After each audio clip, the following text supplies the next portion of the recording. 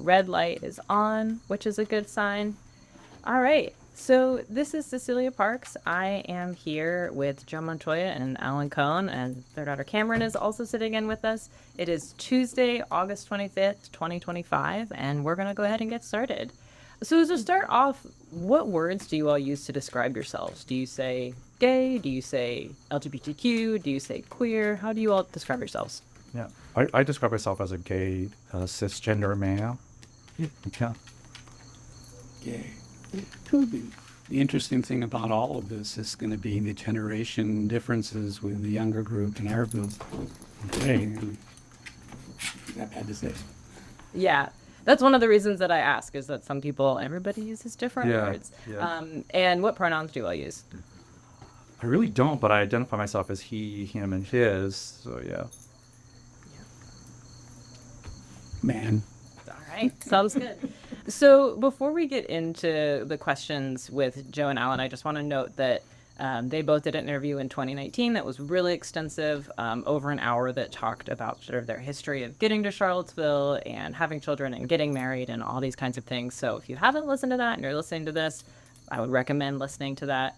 But just so we can sort of catch folks up, can you share a little bit about how you ended up in Charlottesville? Okay. Sure. Joe was looking to further his education, and I was ready to leave my job. There was no room for or opportunity to grow any further, so saw an ad in my national newspaper and put in an application and got called by UVA at the University of Virginia, and that was primarily it. So they flew me in. Looked at Charlottesville. It was absolutely gorgeous, and I missed the East Coast. We were in Colorado, and I missed the Four Seasons and so on. So I came in for the interview. It was a 2-3 day interview, and they offered me the job before I left. Joe is, because the nursing school was here, there was no nursing school where we lived, and he would have had to travel quite a distance to go. So I accepted the job. He got a job as a nurse at the hospital, and here we are. Yeah, basically sums it up. Yeah. Okay, and when was that? How long have you all been here? We came here in November of 1991. Okay, wow, so 34 years now, Yeah. almost. Yeah. Our intent was just to stay 5 years, build program, and get a degree, because we'd never heard of Charlottesville. Yeah. It was a small community. We never thought we'd live in the South, but glad we're here. Yeah. I've heard that a lot. I was going to come here for school, and then never left. Right. So obviously your last interview was in 2019. How have your lives changed since then? What's new for you all? Okay. Well, Camryn, Camryn was born in, we talk about Camryn's birth and all that stuff. I think the big thing, the big, historical things that changed with us, of course, was this COVID and the pandemic, and how that impacted us as a family unit, and Camryn going to high school and having to graduate through high school and then having to enter university, college, and how that impacted her and impacted our lives. I think everybody, and then as my job as a nurse practitioner, how I was caring for my vulnerable population during that time. So, that was, and then sense of community, how did we maintain that community that we had established for decades here in Charlottesville, and how that impacted us, and in our relationship, how, we're like, you're embedded, and so that type of thing. So yeah, that was the major, thing. And then again, the elections, not only the first Trump administration, how we felt that it was a awakening to us as a gay family, and then the relief during the Biden administration and seeing a lot of our values being implemented at the federal level, again reinforcing the rights to gay marriage and to gay people having children, raising children, adopting children, and all the protections that came with gay marriage. To today, where we're facing the possible elimination of those rights by this conservative Supreme Court, and the fear that this second Trump administration is instilling not only upon LGBTQ plus peoples, especially trans peoples, but everyday people, folks in this country, where we're seeing the erosion of our democracy and the potential eradication of what we know as American, and our citizens and rights. So, yeah. Alan, anything you would add? We're going to sort of get into all of those, I think, but anything you would add? Just question. Yeah, how has your life changed since 2019? I'm definitely older. I'm deep into retirement, and so there's a age difference between Joe and I, which is 12 years, which developmentally has not an impact, but certainly differences with him working and me retire and him wanting to retire so we can spend time together. I think since 2019, that has become on top of our agenda in terms of moving Joe into retirement next year and us having the time to be together, and moving Camryn, who's graduated from Virginia Tech to New York City to get her start. A lot has happened. Yeah, for sure. Well, let's dig into that, because obviously there's a lot that happened. So we'll just start sort of where you started, Joe, and maybe Camryn, if you want to jump in, you're welcome to. But what did it look like? How old was Camryn in 2019? Like, you were in high school? 2003. So You were June 16. Okay. Yeah. So what did COVID look like for that time for all three of you, like as a family and that stuff? You were home, so tell her a little bit. Yeah, I mean, when COVID happened in March, I was a junior, and I just remember them saying, like, schools are closed for 2 weeks, and then obviously that prolonged, and I think, at least for me at Monticello, and I think most public high schools, there wasn't really any updates that the school gave. I remember I was counting how many weeks of, still no updates, still no classes.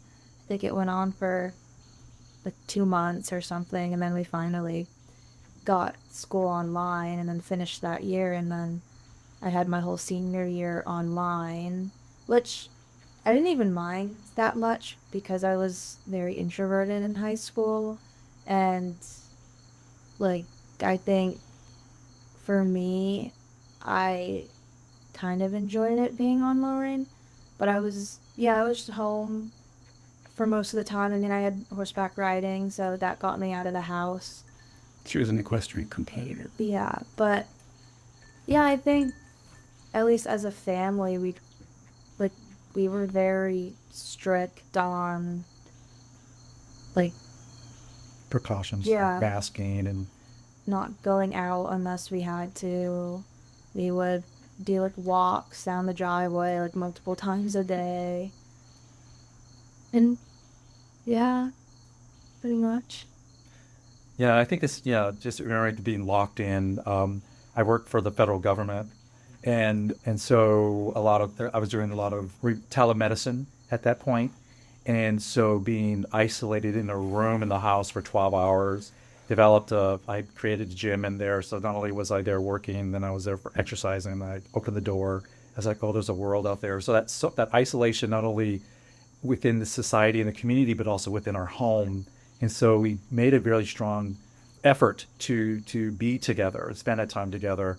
And I think we did a good job. We're still married, and Camryn didn't run away, so that was good. Or disowned. Yeah. So, yeah. And then being, how does that affect us as LGBTQ folks? I mean, again, it's that how do we maintain our social group with safety thing, and being very creative of how did we, maintain that contact. Either it was just by a distance, gathering. Our lovely friend would have parties at her home, and she would chalk out areas where 6 feet away from each other. Family units would stay in that group, and so that we could socialize with each other. So just being very creative and maintaining those connections and checking in on each other and checking in on our neighbors to make sure that everybody was okay and had access to resources and not feeling so socially isolated. Yeah. Yeah. Is there a particular story or memory that stands out from that time that feels like, wow, that was really 2020, or that was really COVID? Anything that stands out? Well, if you look to your right, you see a garden that's like a half a mile long. I have another garden over there by the shed. I have a really nice garden in the back and one on the side of the house. And I also took the Master Gardener certification course. So I got into that and occupied my time in the form of meditation. Because of the isolation, I'm an introvert, and I had a really hard time in communication with my neighbors or whatever. There were days and weeks where I really wouldn't talk to anybody except the plants. And they weren't very sociable. It was interesting to see how I struggled with that. And now I have no problem with it. So you were already retired at that point when COVID hit? I was retired. Okay. I was actually on adjunct faculty with the community college here teaching. And all my classes that I developed were experiential as well as academic. And then we hit with COVID and no more classwork, so I had to revamp everything. So it was a really good experience to do that, getting used to an understanding of Canvas and interacting with students online. So, but once was enough. Yeah. Right. I like the intimacy of the classroom. Right. And I just think, again, looking about a policy, how there was so much confusion, not knowing what was truth, which was, fake news, supposedly, and et cetera, to then finally, the light opened up with the vaccines, COVID vaccines. And again, in my job, it was coming across people who didn't believe in vaccines and watching them die because of vaccine refusal, and nothing that I could do, except educate, and then because my patient population is very vulnerable, they're geriatric, and so that was the big take-home message: is that how do I, as a healthcare provider who believes in science and who believes in vaccines and et cetera, know that they work? How do you have that shared medical decision with patients who don't have the same values? And be able to provide care and service for them, even if they refuse it, and watching them die. That was a big eye opener for me, and how that impacted the way I practice, and even to today. And again, we're seeing the same thing happening all over again with vaccines and et cetera. So, and again, looking at vulnerable populations, our trans groups, our LGBTQ youth, who are the suicide hotline is being taken away. So it's very difficult. I get emotional. Anyway, so again, how do you protect ourselves and find alternative resources for those vulnerable populations that are out there? And be the advocate, not only politically, but and in our community, finding out what resources are out there. We saw that UVA is just closed their trans clinics. They, and this whole thing with the president of the university, it's just like, oh my God. So again, being a gay man, it has reminiscence of what happened in the 80s with Ronald Reagan and AIDS. And Alan can talk about his experience with that, because he was a strong advocate on working with AIDS support groups in Colorado, and how we witnessed our community coming together and supporting each other during that awful time. And we're seeing the same thing happening again. History is reliving itself, and we're seeing things happening again with AIDS, monies being taken, USA AIDS being taken away from countries who need condoms, who need HIV medications, and we're seeing all that go away because of a belief system, So it's just. The other is we have an aging population. And there's the center here in town in Belvedere. I'm sure people have talked about that already, but we're the only ones that started an LGBTQ committee, which the center accepted. It's the only one in the United States that has that component to it. And it was heartwarming when we opened it up to the public, and more gay, lesbian, bi, or whomever, trans, were welcomed, and it just began to grow. And I'll remember this one woman whose partner, wife, had died and was isolated in Madison County. She didn't know anyone. There was no place to go. And she heard about this group, and she came, and she told her story, and she was crying because this group was a form of community that she desperately needed. And that went for men, women, whomever, and it continues to grow. So you just change course and try to develop those kinds of resources that meet the needs of your own community and make it happen. Yeah, I think that is something that I was curious about. You sort of discuss how your social life and your sort of personal communities changed during COVID. If, you're having social distance gatherings, you're checking in on each other, maybe Zoom stuff, I don't know. How have those groups changed since coming out of the pandemic? I mean, we're still in it, COVID's still happening, to your point, but things have sort of gone back to normal. Have you found that sort of social circle has gone back to the way it was before the pandemic, or how has that changed? Did we ever have a social? No.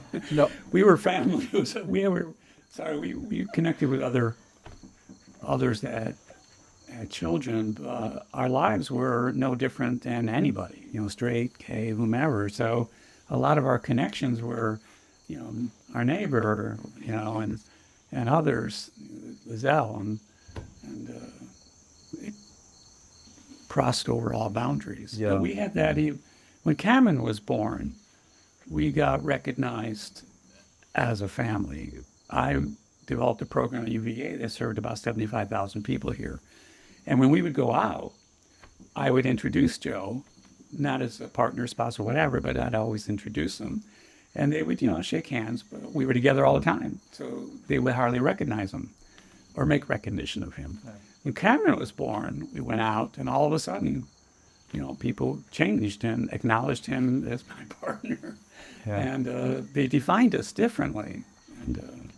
And our friends became other families, regardless of their gender or sexuality. Yeah. Thanks. That makes sense. Did you all sort of define yourselves as a family before you had Camryn, and it was just sort of the external perception of you all as a family, or not? I don't think. Well, he was always, we've been together for so long at that point. We were like 20 some odd years, I think. 17 years. Yes, that we had been together. And so, I never really said he was my I think I called you my partner. I called him my partner. Yeah, partner is how we labeled each other. We did a faux gay marriage in D.C. in Gay Pride in 1993. And then, and then everybody had that, wedding, but, I still didn't call him my husband. I always said that I would not call him my husband until we officially were married.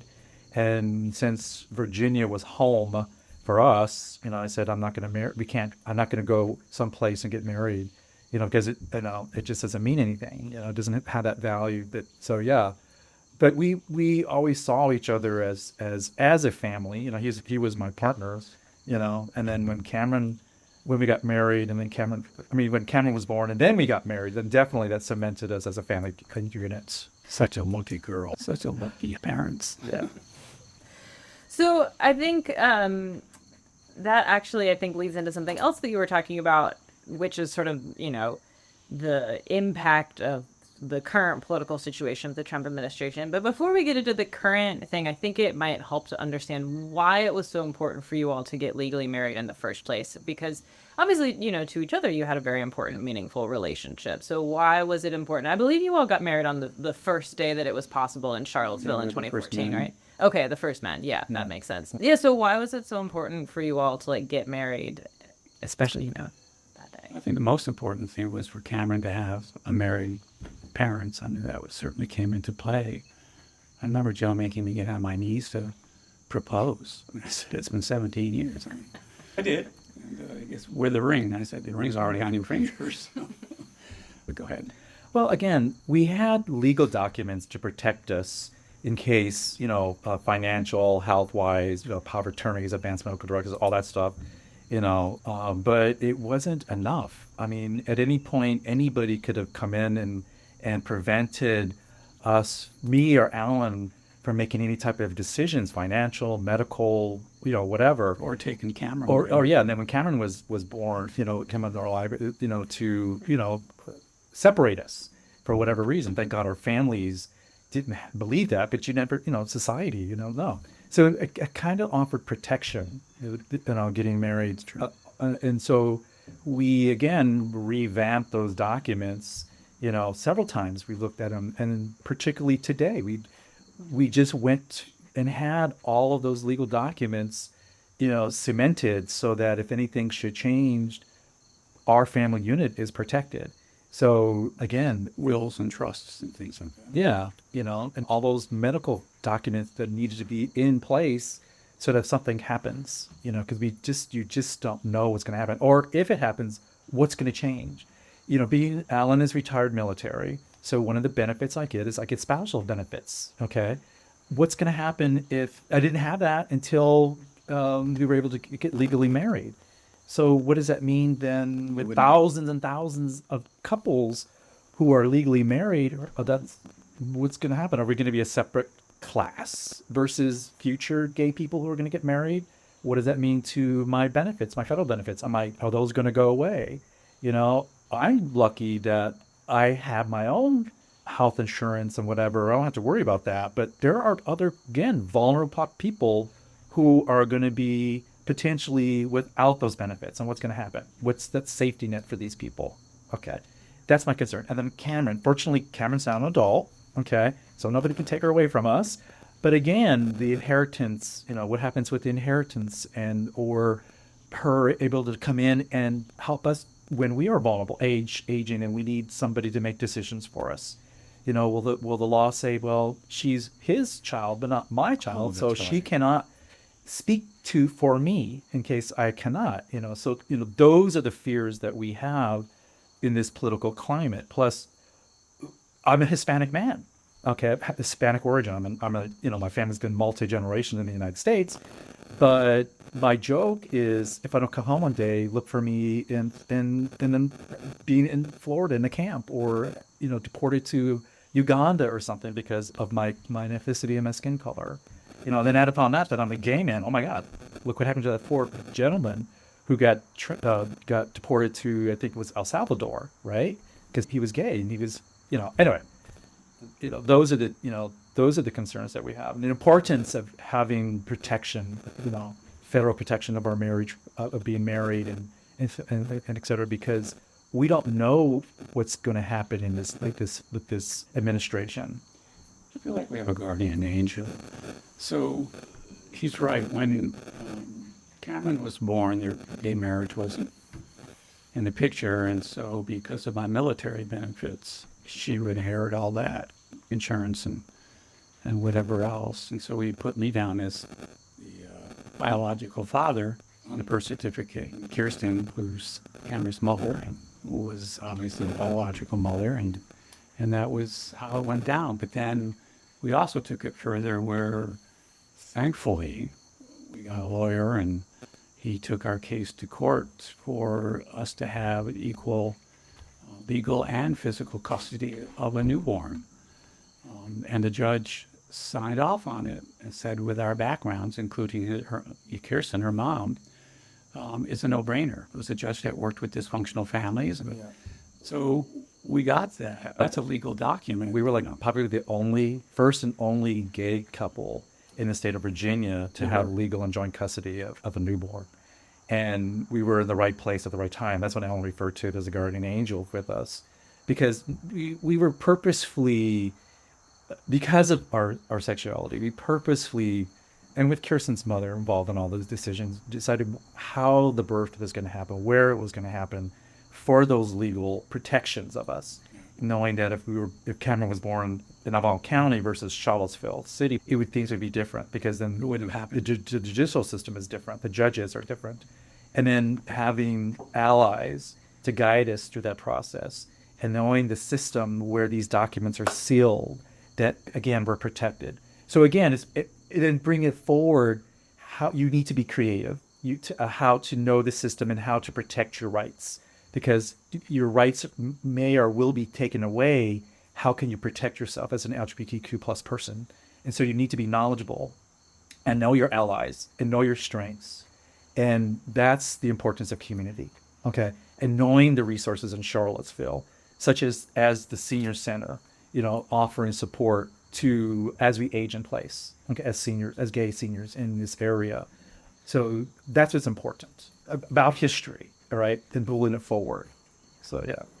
So I'm curious, again, how, when you all first got here, how did you go about building that community that eventually got you to the point where you were able to have these people who helped you navigate the system and, got you to the point where you are now? Like, how did you go about meeting people? That was really difficult. I think because of the university is such a transient community, it's hard for people to really connect knowing that you're going to be leaving at some point. In Charlottesville, there weren't a whole lot of resources, and so we ended up somehow, a friend of mine had introduced us to a male couple, and eventually they introduced us to others, and then you're invited to dinner parties, and then you start building your community. But it was like 6 to 9 months before we made that kind of a connection. Yeah. And then it just grew.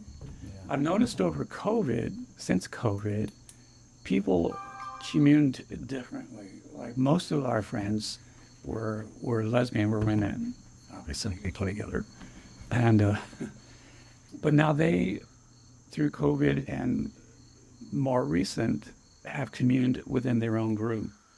And we're not a part of that anymore. Not as much as we were when we first moved to Charlottesville. It's kind of like things kind of changed. Yeah. We weren't in that little pod during COVID for some reason. For whatever reason, it was just, we weren't included in that. I think that kind of carried over. That kind of answers your questions of what's changed with COVID in our social group. We're still considered part of that group, and we still meet, but not as frequently. We're not invited to certain events, which is okay. That's fine. But they're still considered our friends and our social group. The other thing is, I don't mean to cut you off. No, go ahead. Charlottesville has like little circles, little groups, and they overlap, right? And so you meet somebody and they're in this social group, and then they're in another social group. And so you find that commonality. And we recognized the lack of resources for LGBTQ folks when we moved here in the 90s. And so again, there was like the little nightclubs in the downtown if you were into that, and we weren't really into that. And that's okay.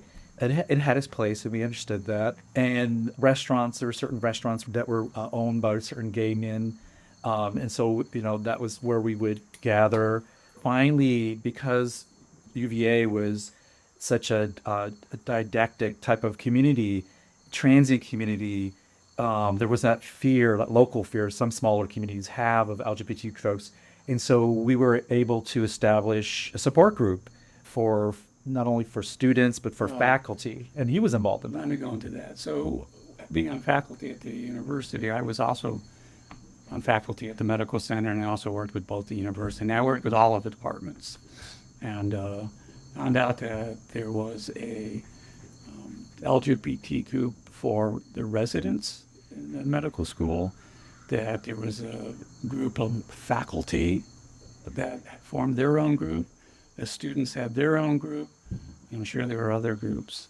And I had suggested to a couple of friends of mine, why can't we bring everybody together, get the leaders of these different groups, and begin to form some unity? Because we have a lot to teach each other.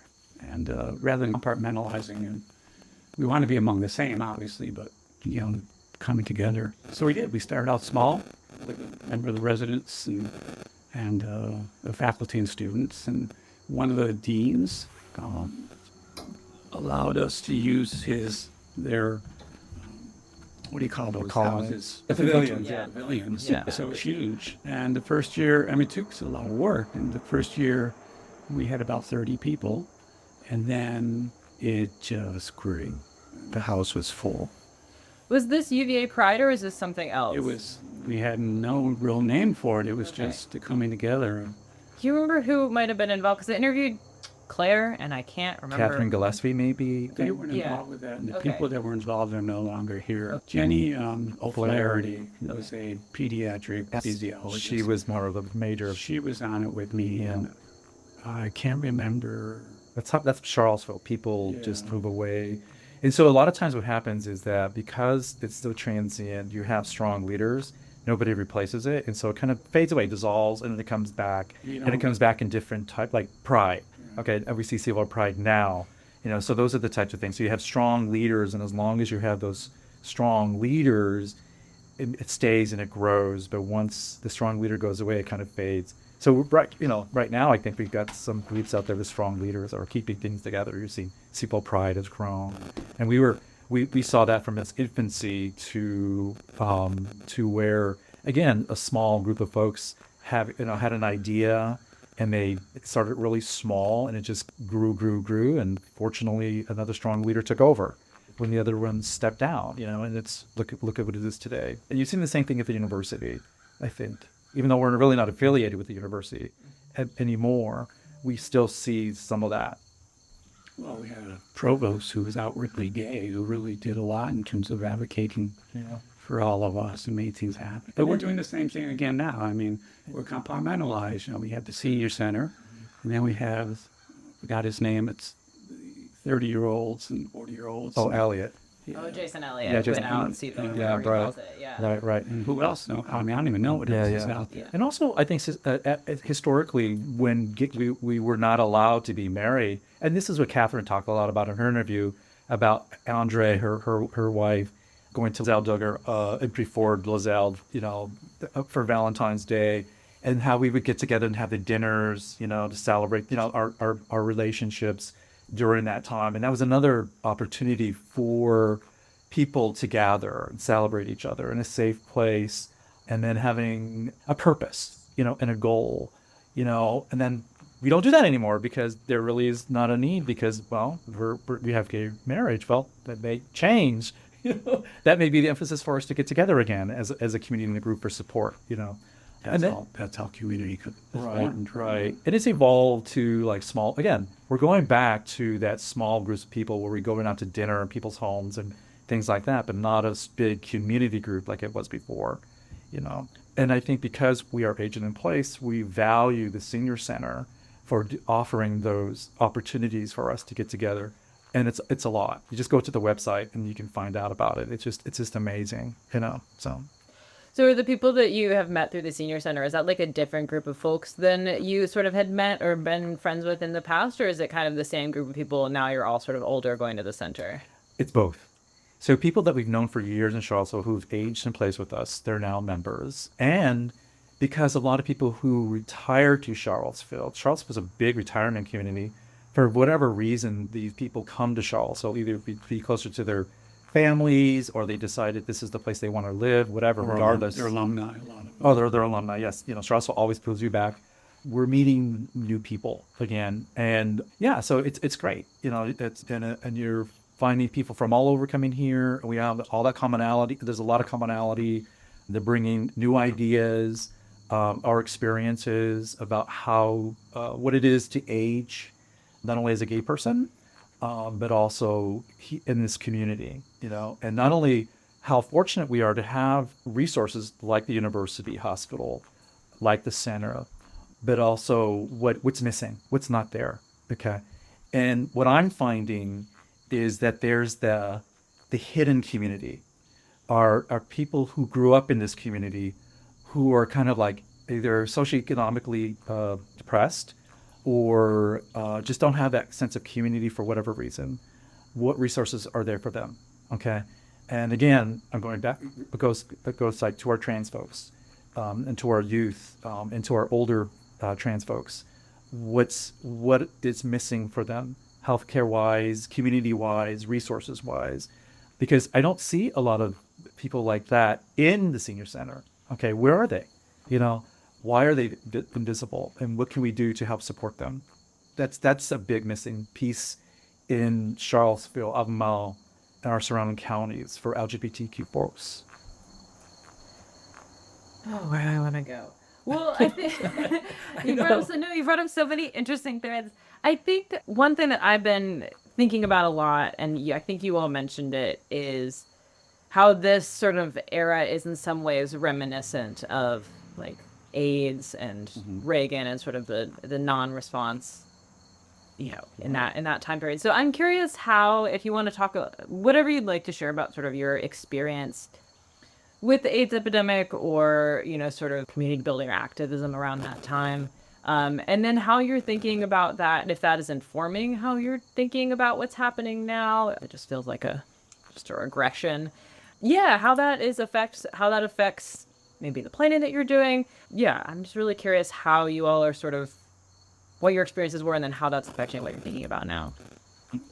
After I'm done, maybe you can make the connection with the AIDS and now are somehow similar. We were living in a strong Hispanic Catholic community In Colorado. I was in charge of a department there, and I was getting phone calls from, I want to say kids, 20-year-olds from San Francisco and other areas. They want to come home, diagnosed with AIDS. So we had nothing. And it was going to be the first time, not only were their parents going to find out about I'm being gay, but then they're coming home to die. So it was pretty emotional. I went to the director of the health department and talked to him about it.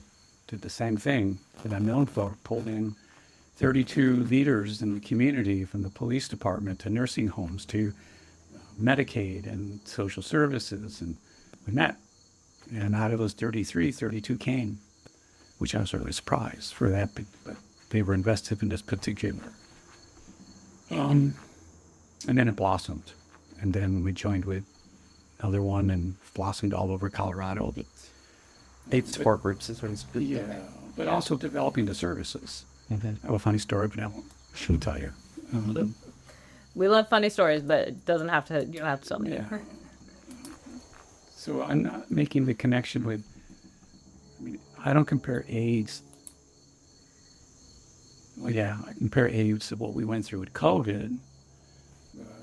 I think the connection is, again, talking about how federal and sometimes state and local agencies or leaders, either with their own value system, they skewed it, and we were marginalized or ignored.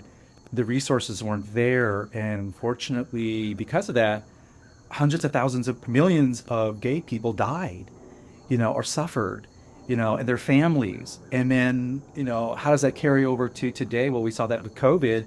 It didn't have to be gay, for that to happen. It happened to our country, and we still have a group of people who just didn't believe in it, And even today, how they were glad that they were dying. Yeah, God's wrath, things like that.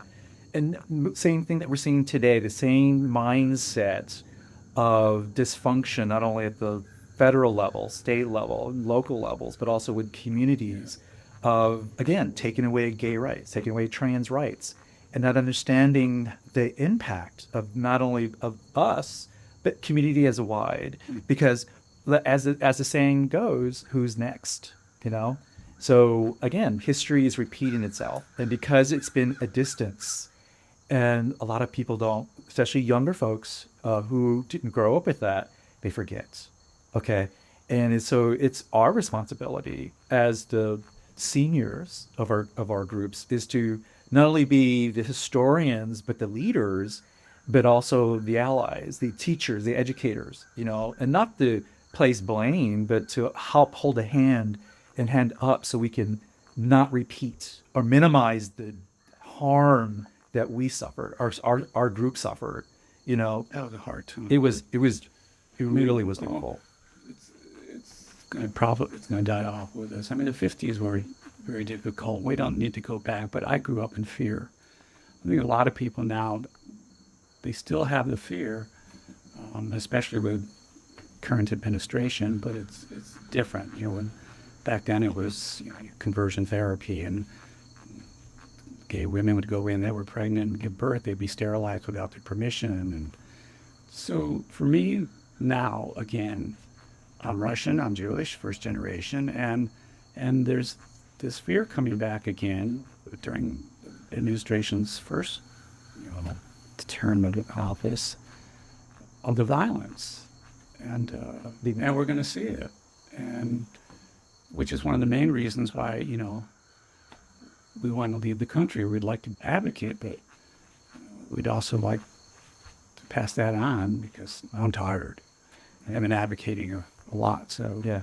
go ahead. So you talk about, our safety and being there for our community, but again, we have to think about our family unit, particularly as being a gay family, and are concerned about not only our safety, but our daughter's safety.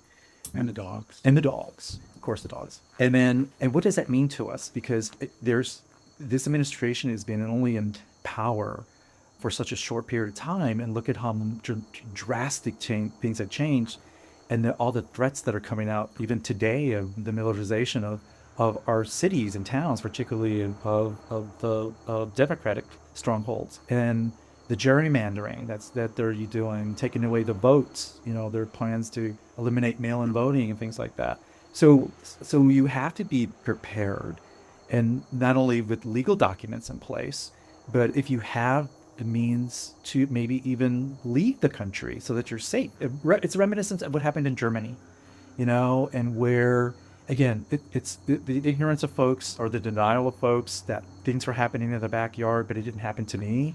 We're seeing that. The foundation is happening, and yes, there are protests that are out there, but they're not the right, I don't think that they're strong enough yet. It has to be an economic protest. When the bottom line is the dollar. When we impact the economy, will the leaders start to listen? And we're not at that point yet, And as a federal employee, I can't participate in that because my livelihood is going to be pulled away from me, okay? And I've been told that. Okay, I'm not afraid to say it. It's well known. So again, one of the options, if you have as a gay person who values our relationship, and values our family unit, is maybe we need to leave this country. And thank goodness, some of us have the means. Some of us don't. So again, we need to think about how we can prepare ourselves for situations of violence, because we're seeing an uprise of violence against people of color.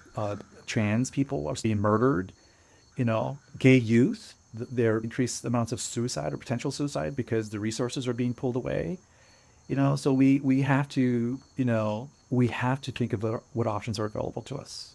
And I think that's what you're saying. Yeah, that totally makes this conversation. I know. Well, I think it's interesting, and this is why I asked the question, is because as someone who who sort of studies queer history, but obviously I wasn't alive during the AIDS epidemic, I sort of look at that and I'm like, well, things have been bad before, and a lot of people obviously didn't survive, to your point. Like, there were a lot of people who didn't make it, but in many ways, like, and rejected by parents. Not certainly not to minimize that time at all, but like, we made it through, and so looking to that as like, things have been bad before, they're bad now, we made it through then, we'll make it through now. Yeah. Do you all feel that, or does this feel different to you? It takes a crisis. I mean, that's what brings people together. It has to get, that's my experience, and that's my belief. When it certainly gets to a point where it's imploding and you're at that crisis point, that's when people unite and come together. It's called a revolution. That's That was what's my point needed. about the economics. You have to have something that's going to Affect everybody. affect the total, not just the few. Okay, my daughter. I believe that how I spend my money. If there is a company, whatever, that doesn't support DEI or LGBTQ, I don't spend my money there. Okay, because the bottom line is I don't have to. You don't deserve my money, so I'm not going to spend my money for you. There are alternatives. Okay, so we need to have that revolution, and to say that not to minimize what happened to the AIDS population, because things did get better. It was a different time. People thought differently. There was a different political situation. Okay, this political situation that we live in, it's nothing that we've ever seen in this country before. And you just have a group of people that are so entrenched in their belief systems on either side that we can't come together in the middle. And that's what's missing, that be able to come together and to give and take. It's like the North and the South. Yeah. I mean, so that you take care of the whole, okay, and not just me, okay. So I don't know. I have hope. I really do have hope, and I do have hope that hopefully with the next election cycle, we can take over the House, hopefully the Senate, if things happen, Oh, that's like that.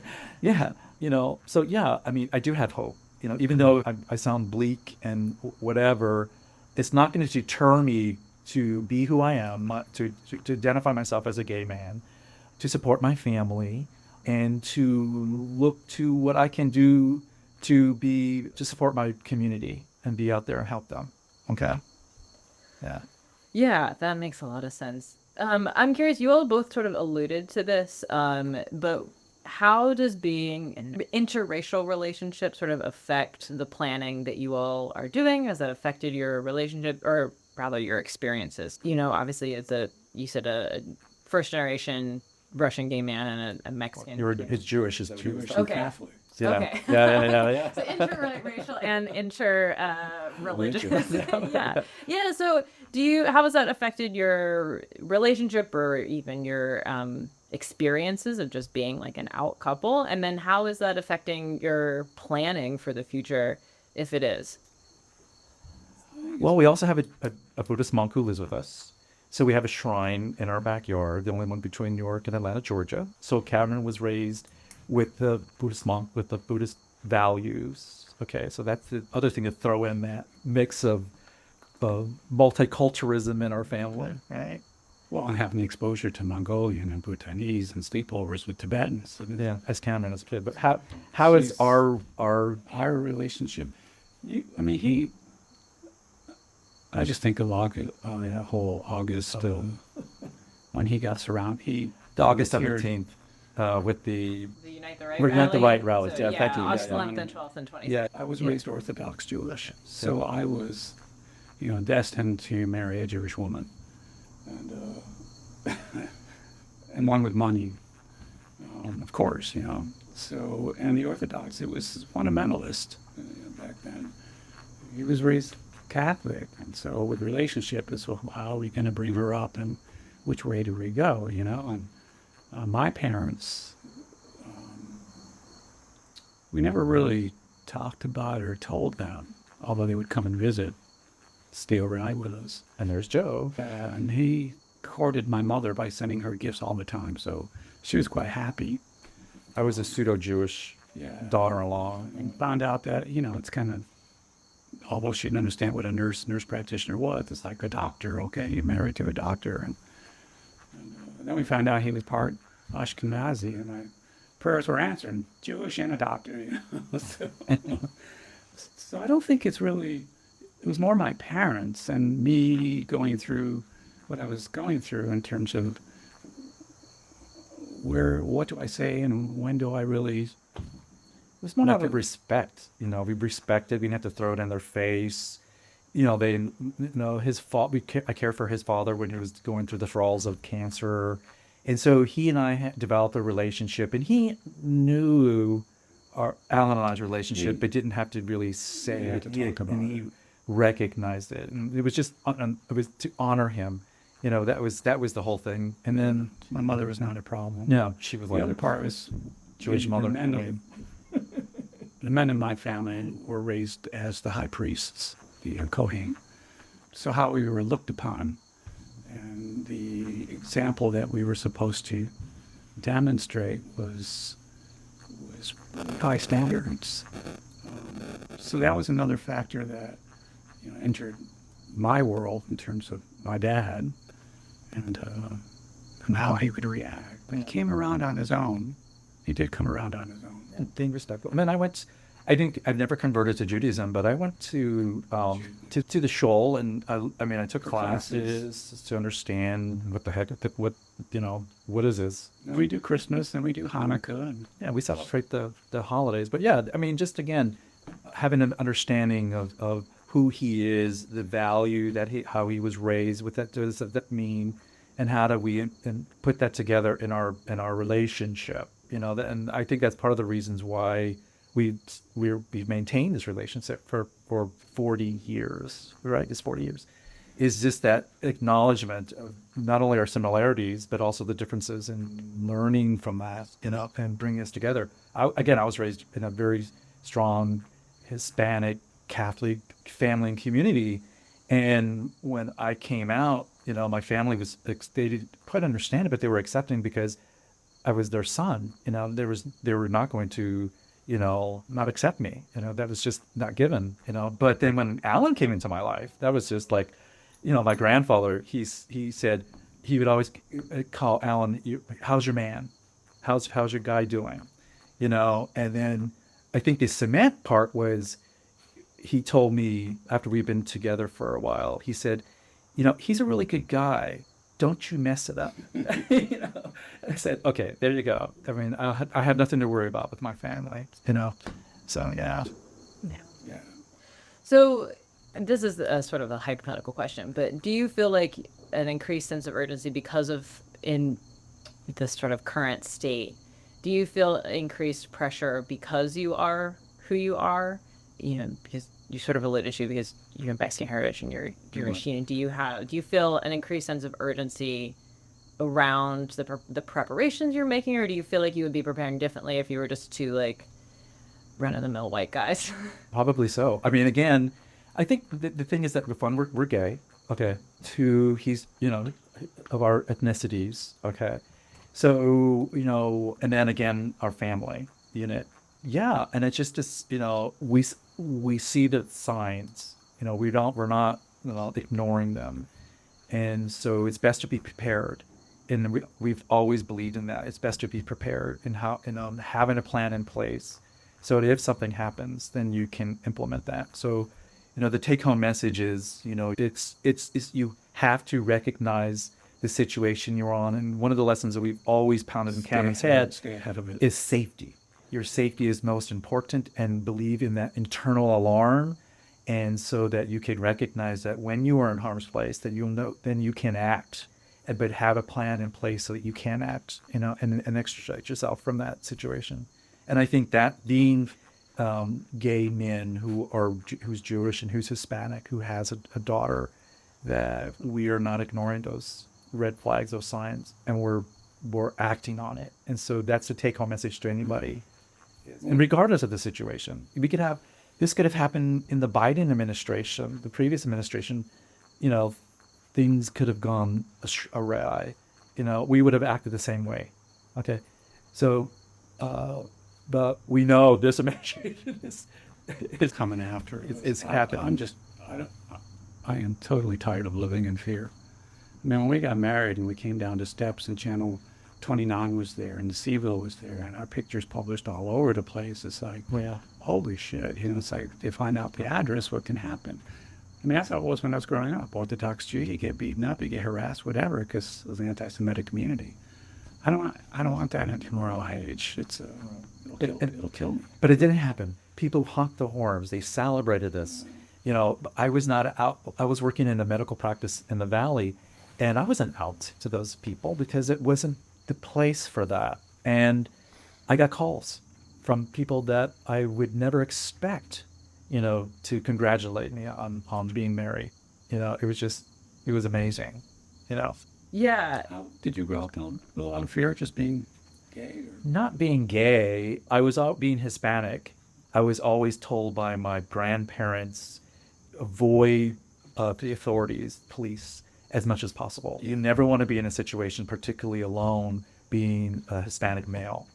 And that carried over into my adulthood, even to when I was working in Longwood University, driving home in the middle of the night, the back roads, they would have these random stops because there's a big drug courier run from Florida through Virginia to New York. being stopped in the middle of the night thinking, oh my God, my family doesn't know where I'm at. I don't have cell phone service. I'm going to be killed by this police officer. You know, it didn't happen. But again, that fear that it was brought up with being a Hispanic male, vomited back up. But never as a gay man was I afraid of being gay. No. But again, I would not put myself in a situation of harm, Right. So, yeah. Yeah, Alan, you mentioned something that happened around the Unite the Right rally with you, Joe. Do you Yeah. want to talk about that? I'll try not to get emotional. I always do. Okay. So, because we have the Tibetan temple here on our property, the Tashi Cholam Buddhist Center, the Charlottesville Clergy Collective was reaching out for religious folks, leaders to come together and to prepare for any future rallies that were planning to happen. And so I got involved in that and was involved with the St. Paul being closed with the torch thing. This would have been on Friday, the night Right. before the rally. Right, exactly. Just for context, St. Paul's was right across from UVA. Right, exactly. That's where it was. Yeah. Yeah, it's Yeah, right yeah, across yeah. from the rotunda. Right. and- Yeah. Being locked into the building because services, being escorted out by the police to my car, being chased by people with, because of who I look like, what I look like, spouting out this Torches. horrible stuff, being spat at, and that was the night before, I was like, oh my God, and getting home. And then the next day, going to services at the First Baptist Church on Main Street and being warned that there is a group of Nazi protesters that are outside the door, and then again having to be escorted through the march. I participated by being in a first aid station, and being available to anybody who got hurt regardless of the side, and finding this young man bleeding on the side of the road, reaching out to him, and he said, "Get away from me," expletive, whatever, realizing, okay, you don't need my help. I'm sorry, we're here if you need us. And then coming home and seeing this car, circling the streets of the downtown, and then realizing that was the vehicle that killed the young woman, Heather, and avoiding that, and then living through the trauma of all that, and coming to put it in its place with the support of my family and some therapy and belief in our community and still being active, even today, where now there are groups that are gathering again, forming a plan, and we're seeing the protests in Charlottesville. Unfortunately, the big thing is that I cannot actively participate in them like I did before, but I can still be there and present and offer my advice and my suggestions and my insights, So yeah, it was and then the consequences of what happened after that, where we gathering together as a community to share our experiences with that and hopefully come up with a plan. But again, things kind of stopped, and so, again, the further away it goes, the memory is missing. And so again, we're still dealing with the same problems, with housing, with homelessness, and again, bringing it forward with healthcare services for LGBTQ folks, those vulnerable populations. It's still there. It never went away, and we're still dealing with that. Who knows? The same groups are now felt empowered because we're still in this administration, and look what's happening with the Smithsonian, and not recognizing DEI and all that stuff. So it's like it's going to happen again. It's just a matter of time when it's going to happen again, and how we need to be prepared so that hopefully we don't have such I don't have to go through such that horrible experience again. Yeah. So, you've talked a little bit about the ways that you all have been involved with the center and some of the needs that you see in the community for yourself and for other people, younger people, older people, whatever.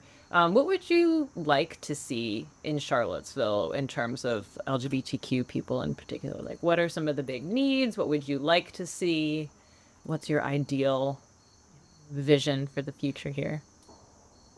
Either for you two or really broadly.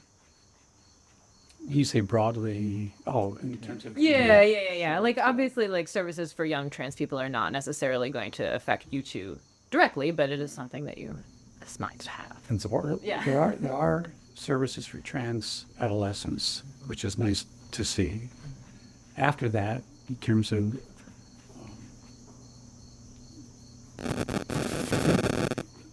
more, what's the word I want? But that's it for trans that I'm aware of.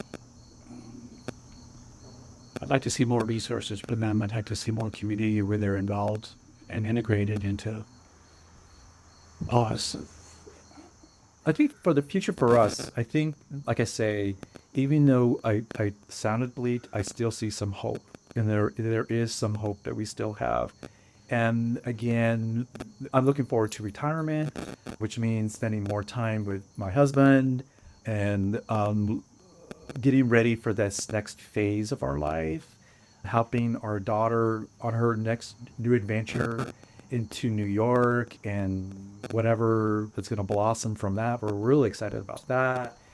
Yeah. And then just what I see a community wide, again, I think we need to see how we can find those invisible people that are lost and need to help, and finding the resources for them, because not everybody can afford going to the center, which would be great. What's out there, like Jefferson Area Board of Aging, do they recognize LGBTQ folks? What resources are available for them?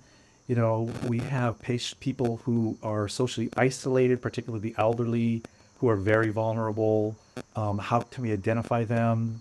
I've seen wonderful programs where children, LGBTQ adolescents who are fostered in long-term care facilities where they have mentors, and some of these LGBTQ folks are geriatric, so they have that intergenerational type of thing. So how can we be creative of not only finding the vulnerable population in our group and finding the resources that we can bring the vulnerable populations together and support each other.